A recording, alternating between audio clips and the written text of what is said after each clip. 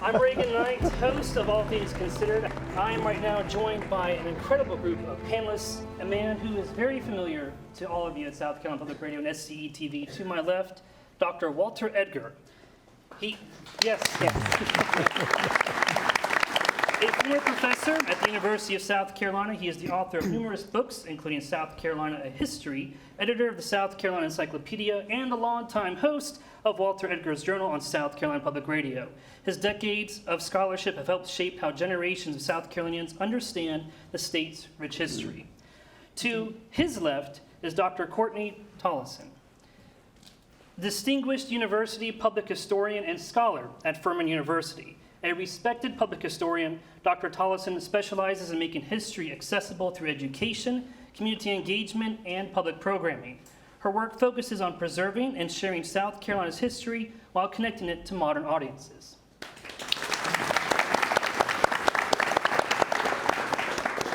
May I also recognize a couple of these gentlemen from the documentary you just watched, Durant Ashmore. A Greenville County native and graduate of Furman University and the University of Georgia, Durant specializes in the Revolutionary War history of the 96th District. He regularly leads battlefield walks, lectures throughout the upstate, and serves as the caretaker and preservationist of 6 historic battlefields, including Fort Lindley, Hammond's Old Store, and Hayes Station. His work is helping preserve and share the remarkable Revolutionary War story of Lawrence County for future generations. And rounding out our panel is Dr. David Preston, the General Mark W. Clark Distinguished Chair of History at the Citadel and Director of its MA in Military History program, an award-winning historian specializing in early America, the French and Indian War, and the American Revolution. Dr. Preston is the author of several acclaimed books and is widely recognized for his research on the military and cultural history of 18th century North America. And with that, yes, one more final round of applause. With that, we are going to begin a Q&A with questions that they don't know that I came up with. And afterwards, we're going to open up discussions with you, our audience. Shall we begin? Let's begin. All right. So how this is going to work, I am going to start with you. All right. And then we will work our way down for each question. So getting started here. Walter, what motivated South Carolina to join the American Revolution, and were those motivations different from those of the northern colonies? Well, there are actually 2 reasons that South Carolinians fought, and may be true for other, I can't speak for other colonies. I can certainly speak for South Carolina. One was very much the idea of the ideals of the American Revolution. Declaration of Independence. There's no question that some were fighting that way. James Williams from '96, who died at Kings Mountain, he wrote as eloquently as Thomas Jefferson. That's why he fought, for his children and their future. The other was, because you're there and you're doing this to me or my neighbor, I'm going to fight for revenge. You saw that started in the movie with Mr. Huck. Not only blasphemed, but he had burned Billy Hill's ironworks, and so the neighbors wanted to get back at him. So there are several reasons. It eventually all coalesces as the war progresses, particularly here. But it starts off, they talk about 1/3, 1/3, 1/3, and that 1/3 wasn't neutral. That other 1/3 switched sides depending upon whose army was closest early on. We have people in South Carolina who switch sides more than once. A lot of Charlestonians signed a declaration of thanks to the British for taking Charleston. They changed their tune later on, but it was a very difficult decision. And as I've told the folks in Charleston, it began there and it ended there, but it was won in the Carolina backcountry. Courtney, what role did enslaved Africans play during the Revolutionary War in South Carolina, and how did the war affect their lives? Well, sure. I mean, the war foundationally is about independence. It's about liberty. It's about self-government. And so certainly there are ideals espoused in our founding documents, but before that also in for decades, in the challenges to King George and British rule that would have been highly appealing to people who were compelled to work, to people whose literal bodies and the labor of those bodies was owned by other people. And certainly they fought. I mean, one of the main reasons that the British in the Southern campaign thought that they would be more successful than they were, in addition to anticipating more loyalists and the wealth that we were creating and everything else, was that they promised freedom for enslaved people who fled plantations, fled their masters, and joined their forces. Durant, what about Native Americans in the Revolutionary War? How did it impact their lives? This had a huge impact, on the Native Americans, but the Native American issue was the primary issue in the 96th district.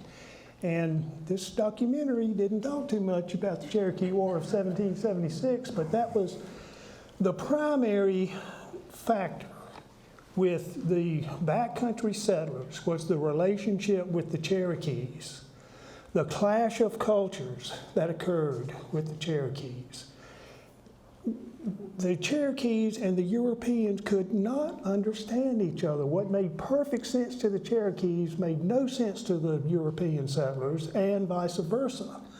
So this clash of cultures had deadly consequences. When Drayton, Tennant, and Hall came through the backcountry in the fall of 1775, they were preaching, we want independence, we want to make decisions for ourselves. And a primary motivating factor there was the extirpation of the Cherokees. And during the Cherokee War of 1776, the 16 Cherokee towns in South Carolina, in Pickens and Oconee County, they were absolutely destroyed. So the relationship with the Cherokees was of primary importance to the backcountry settlers of South Carolina. The British colonial system was failing in the number one function of government, which was security. And that's what the Cherokee War of 1776 was about, establishing that security. Very extreme measures, yes, but that was the important factor with the backcountry, the relationship with the Cherokees. David, we just learned about a lot of the major battles from the documentary. Battle of Cowpens, Kings Mountain, even Camden. But are there any lesser known battles that have occurred in South Carolina that piqued your interest or you believe are also important to share and talk about? There are a host of battles that occur in the midst of these irregular or guerrilla-style fights that no one's ever heard of. I sometimes will tell my cadets, you get a steak dinner if you've heard of the Battle of Black Mingo. And usually nobody's ever won that offer. But those small engagements are crucial in this sense that they ultimately help to attrip the British Army and ultimately defeat this force. And as I said in the documentary, it's a case of how insurgents defeat a technically superior foe through these small actions. It is death by 1,000 cuts.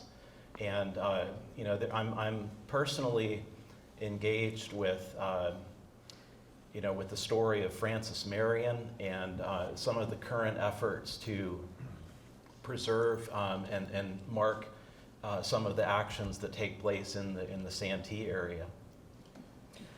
Walter, how can we still see the impact of the Revolutionary War in South Carolina today, whether it's in our communities, our culture, even county names?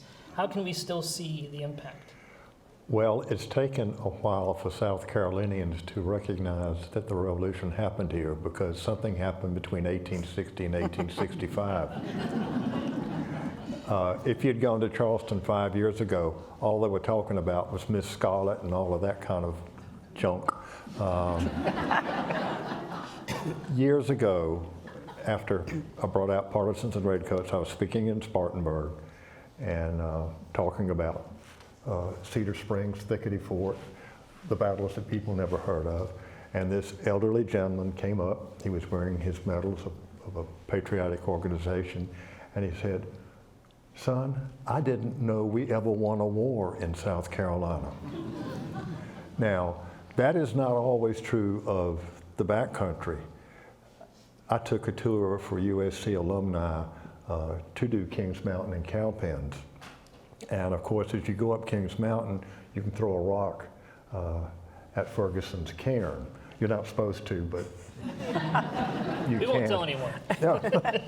But there were two older women, and we're talking back, this is in the 1980s, so I can talk about old folks. I am one of them now.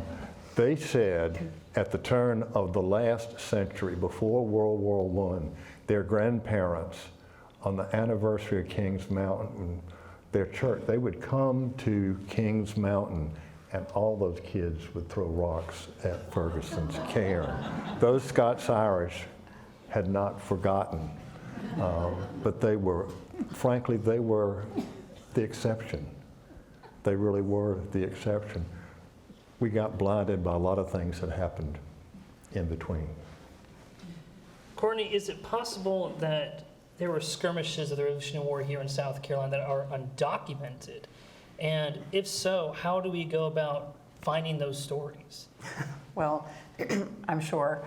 One thing that I hope comes out of the 250th, and the documentary makes this very clear, and people on the stage, and I'm sure many people in the audience have been saying for so many years, people think when you travel across the country and they hear you're from South Carolina, it's all Civil War, and then to tell people that there were actually more battles, more skirmishes, more conflicts that occurred among all the new states, this state, South Carolina, people raise their eyebrows at that. And I think so many South Carolinians also don't know that. And, I've been teaching at Furman over 20 years, and like David said, I'm still coming across new skirmishes, that I've never heard of.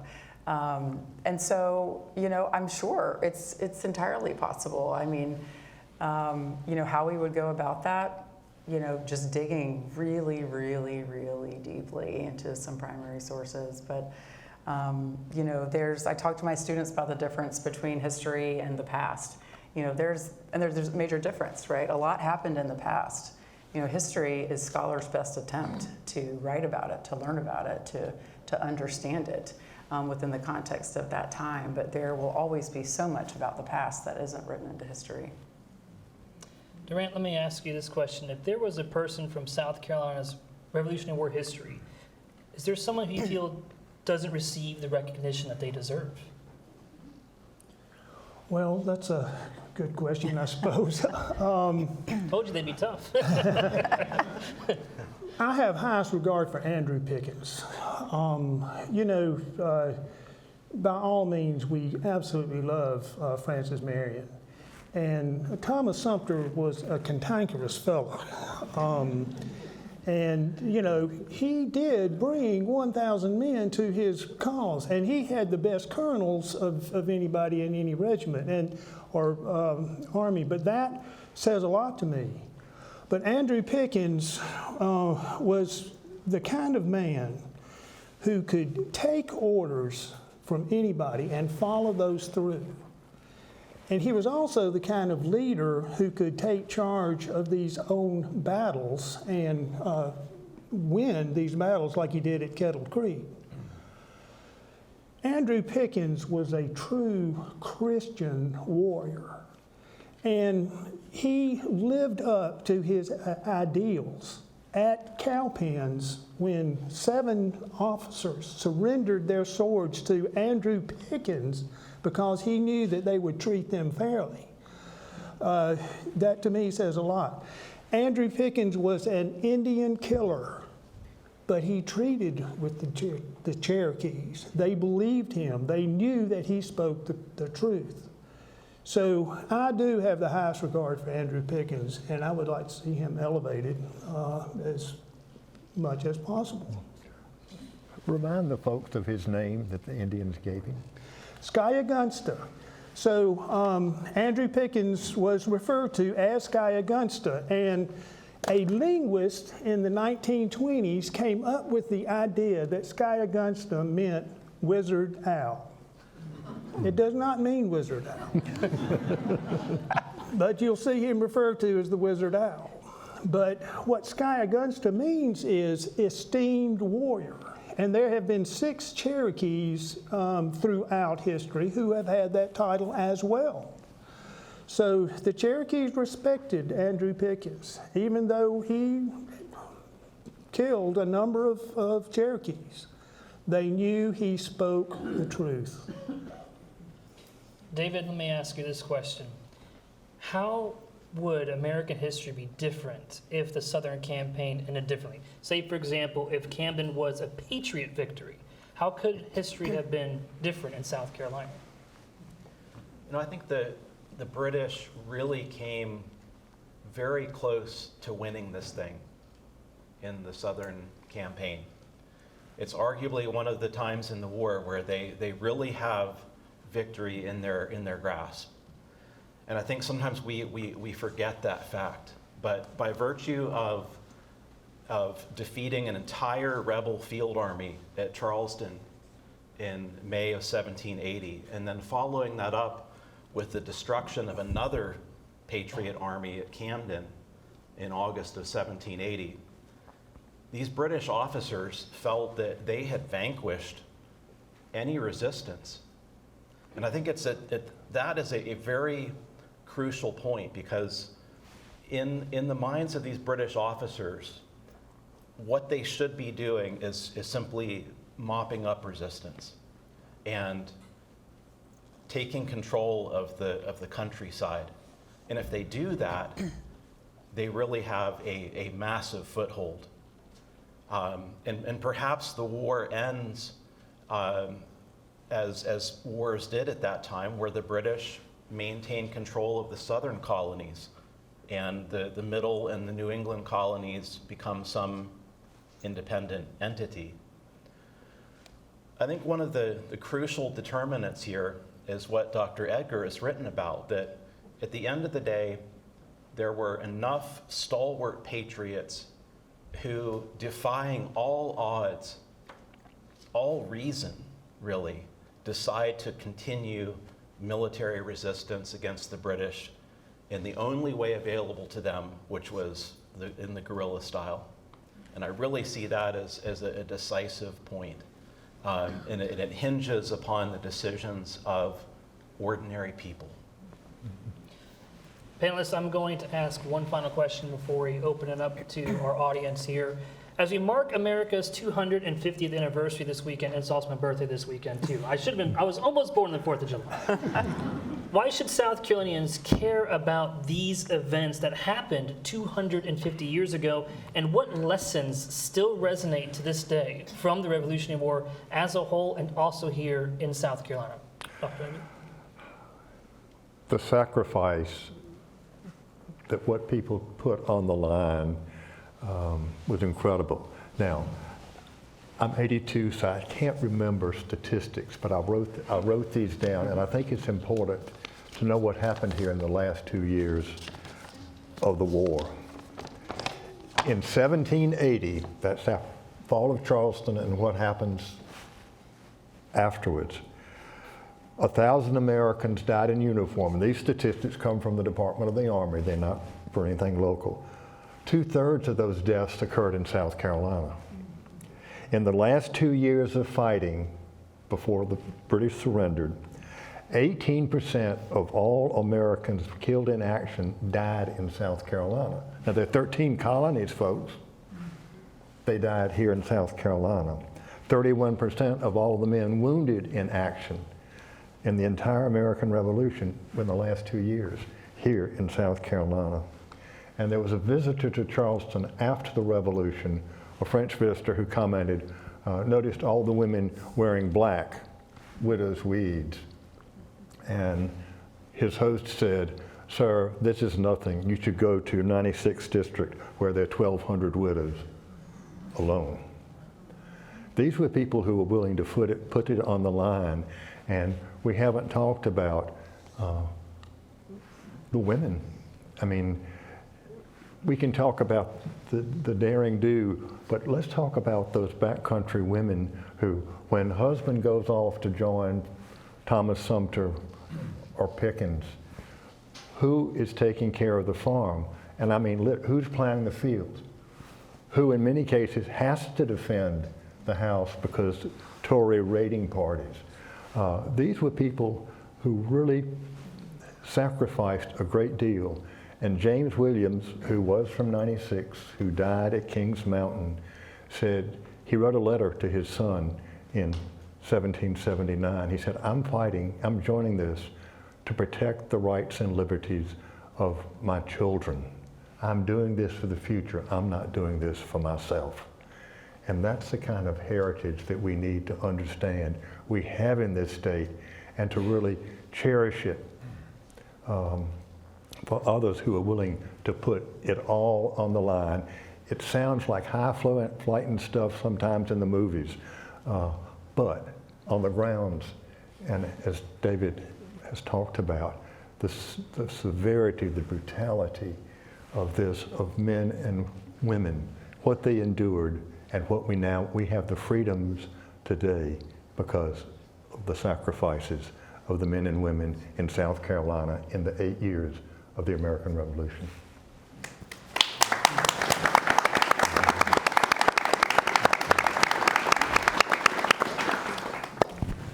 That was incredible, and I hope I'm doing this well at 82. I pray that. That was very powerful.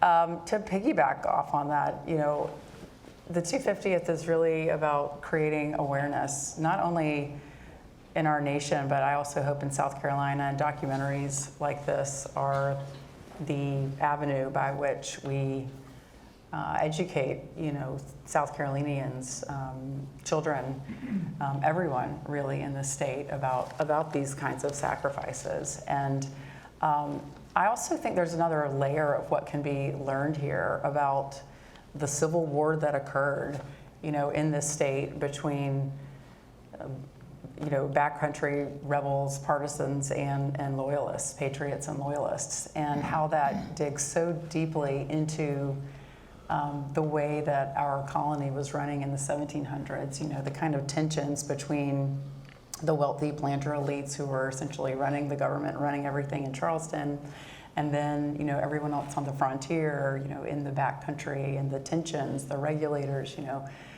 the lawlessness, and then the sort of age-old conflicts between family members, between neighbors, between cousins, that plays out initially in who picks what side in the American Revolution. So I think there's that layer of understanding, you know, who we are as South Carolinians in earlier in the 18th century that plays into the Revolution as well. And I love how, in terms of our commemoration, you know, commemorations are really moments of reflection of who we are today and what is our relationship to this past, to these ideals.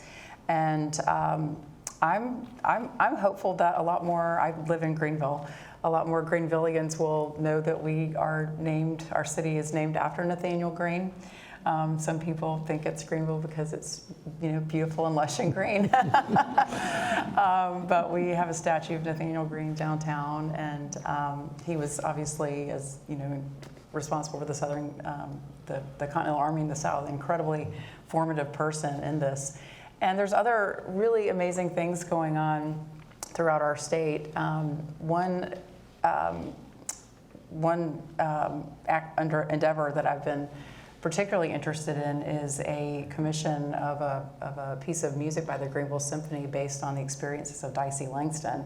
And Dicey Langston was a teenager in the backcountry of South Carolina who did all these dastardly things to defy the British, you know, defending her home, you know, crossing the Enoree River at night to, you know, give her brother a tip that, you know, the Redcoats were coming, and the list goes on and on and on and on. And they engaged teenage girls in Travelers Rest, where Dicey Langston is buried today. and worked with them. You know, how do you think Dicey Langston felt in the middle of the night when she was 15 years old, crossing the inner river to warn her brother? You know, how do you think she felt when she defended her father when the redcoats showed up at her home? So it provides an opportunity for us to really understand, as Dr. Edgar said, that this was not a war that people fought distantly. You know, so many of our conflicts today, you know, such a small percentage of the American public has military connections or a military background, and we can sort of push it off to the side. We shouldn't, but it's easy for us to do that, to distance ourselves from the day-to-day. That was not how the American Revolution was experienced in South Carolina. You know, it was fear for your homes, fear for your farms, fear for your children, fear for your aging parents, fear for your husbands and your sons. So I think, you know, learning more about this helps us understand the ubiquity of the experience. Grant, same question to you. Yes, what I'd like for South Carolinians to realize that on July the 4th, 1776, we didn't just flip a switch and all of a sudden there was freedom in America. It was a series of baby steps. When John Rutledge wrote the Constitution of 1776, he established a bicameral legislature, separation of powers, but he also established an aristocracy, or aristocrat wannabes in South Carolina. You had to be wealthy to hold a position. You had to be a male landowner over 21 to vote. And it was just a slow process. Gradually, the property constraints were, you know, reduced and lessened and so forth. Gradually, the backcountry got equal representation with the lowcountry elites. And then also, you know, as it progressed on, in 1868, the African American men were given the right to vote 50 years before white women could vote. So it's a series of baby steps. And we still, you know, we don't need to lose sight of that. We can continue to take those steps. And the other thing is, I like to think about what was it that we were fighting for? Were we fighting for freedom? Well, absolute freedom is anarchy. And I was talking to a friend, he said, well, we were fighting for liberty. And liberty is freedom, excuse me, with responsibilities. And I love that concept. But who determines what those responsibilities are? And it boils down to the question of, we weren't necessarily fighting for freedom. We weren't necessarily fighting for liberty. We were fighting for the right of self-determination. Mm-hmm. What do these backcountry yeoman farmers living in log cabins with dirt floors have in common with the coastal elite Rice King aristocrats? We all want the right of self-determination. And that's the lesson that I've gotten from studying the Revolutionary War. David, same question to you. I hope that our fellow citizens in this 250th commemoration will reflect upon the principled leadership that emerges from the American Revolution. And this is not to say that you know, we put this founding generation on a pedestal. All have sinned and fall short of the glory of God. But we can certainly see very principled decisions being made that I think ultimately are based upon the ideals that the Patriots stood for. And to me, George Washington is the paragon of that type of principled leadership. You know, the country faced not only military challenges without, but internal challenges within. And Washington, as the commander-in-chief of the Continental Army for 8 years, very deftly and wisely steers a course of action that results in the nation emerging unified and as a viable republic.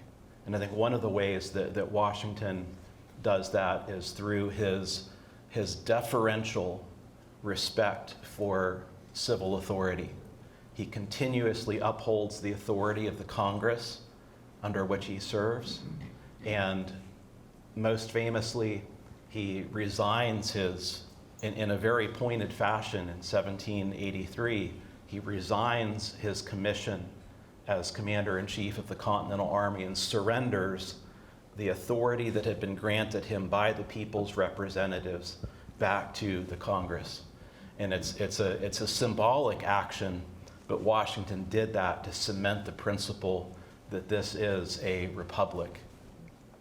So I hope that we can remember the principled leaders of the revolution and the decisions they made, often at great cost to themselves. All right. We're going to take a few questions now from all of you here. You can just raise your hand, and we're going to have, here we go. I don't really need this. Can you share the story that you shared this morning about Jane Black Thomas? I think our audience members, and a lot of them are seasoned, not older, will be inspired what that 60-year-old woman was able to do. Jane Black Thomas was an older matron from Spartan District. It wasn't called Spartanburg in those days. Her husband had been commander of the Spartan Regiment and been captured by the British. He was in prison at 96, the Star Fort. And in those days, it's fine if you're a POW, if you've got sick, put out the word, somebody had to come take care of you. That's how Andrew Jackson lost his mother. She had gone to Charleston to nurse relatives on the prison ships in Charleston Harbor, and she caught ship fever and died.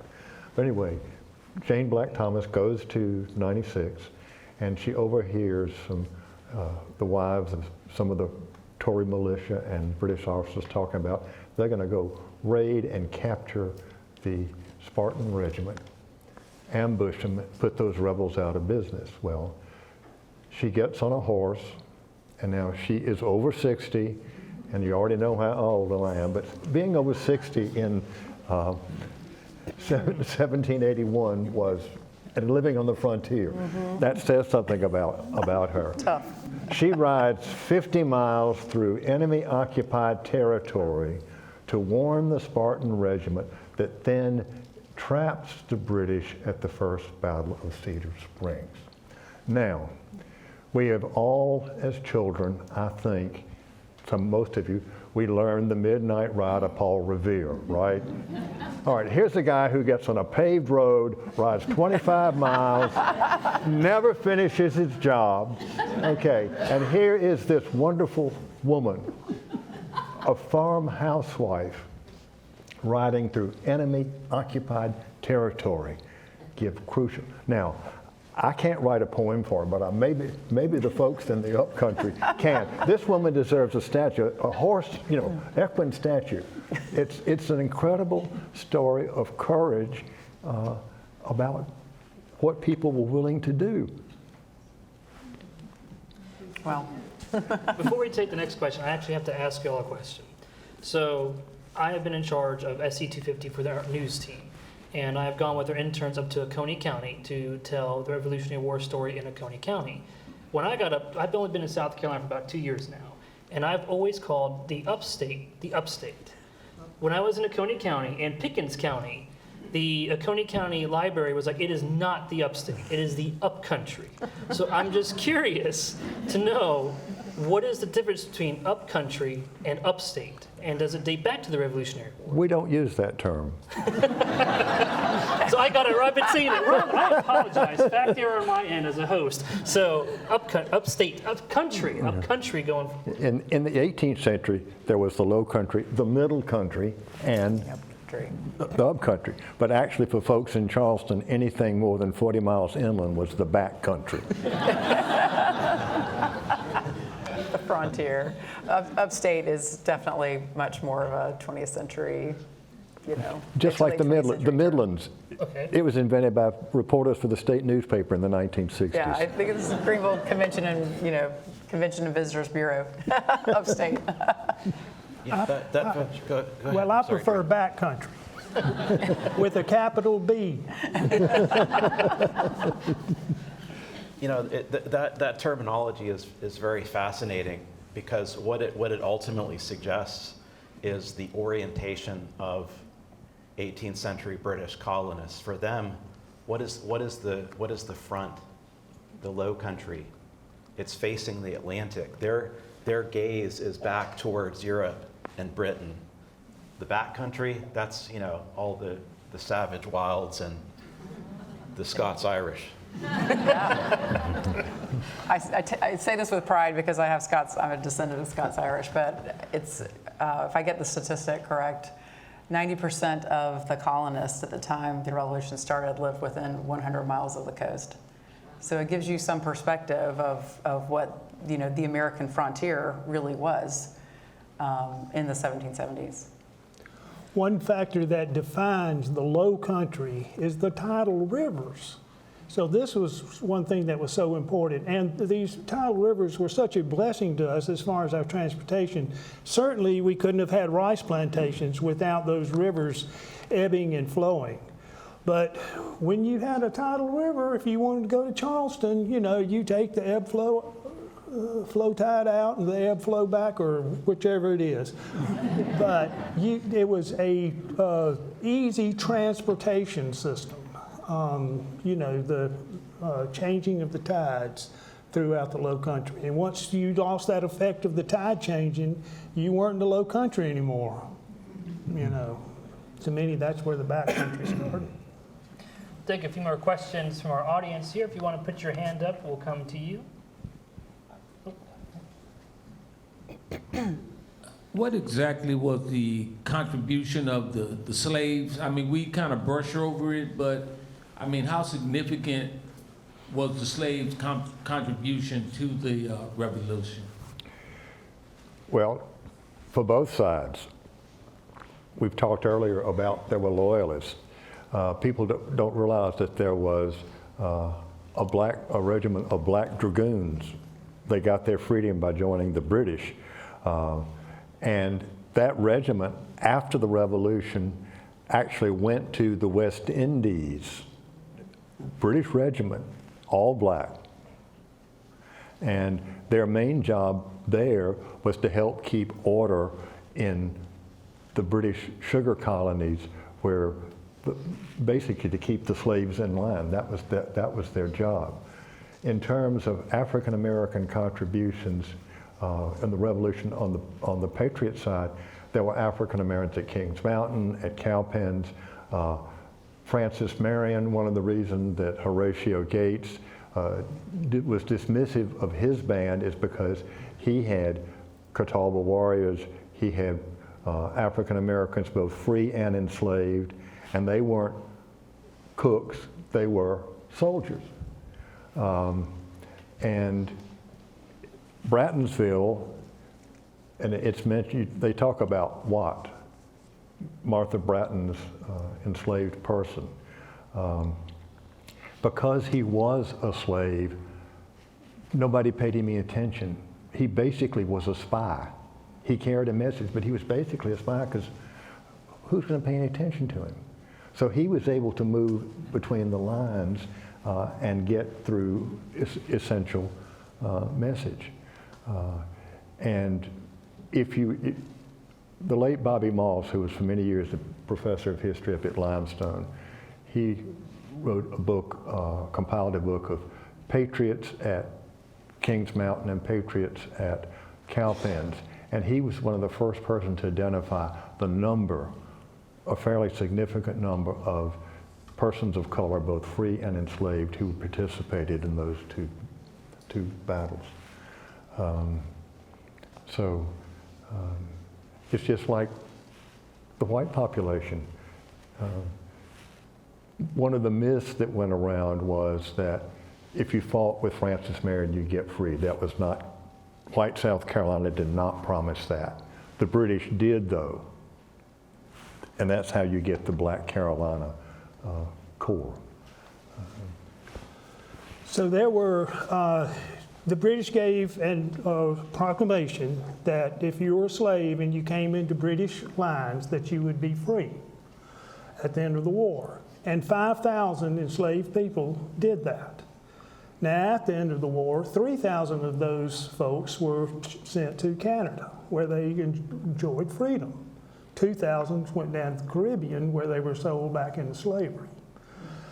But another factor as far as the slave population is concerned is slaves were the most valuable commodity in the state, much more valuable than land.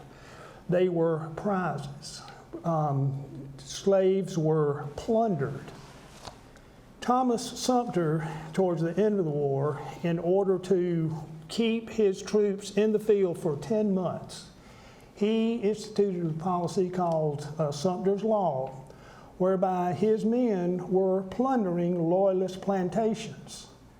And if you signed up with Sumter for 10 months and you were a private, you got a half slave.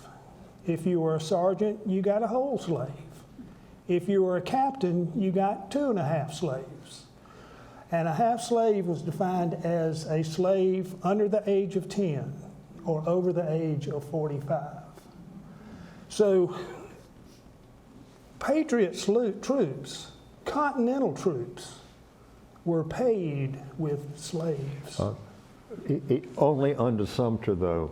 Francis Marion issued that. Yes. And Governor Rutledge, that's when Thomas Sumter became a civilian.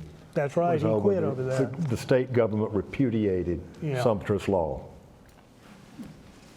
I think some of the most remarkable stories and struggles for human freedom come out of the American Revolution. And that's particularly true for African Americans, both free and enslaved.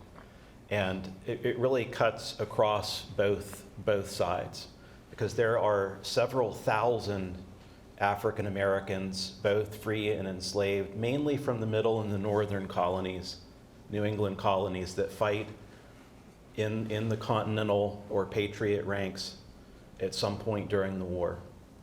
And we know from their post-war writings, usually in the form of pension applications, that these were highly motivated soldiers that knew exactly what they were fighting for. And as you've heard, there were also African Americans, both free and enslaved, who saw the red coat as their path to freedom. And as you've also heard, there's a story there that doesn't often get told about how the African Americans who depart with the British in 1783, they end up settling throughout the British Atlantic in places like Canada, the Caribbean, Sierra Leone, and they're amazing stories, human stories about how people experience this violent revolution. So we're not going to take any more questions, but I just want to say one more time, a big round of applause to our panelists here.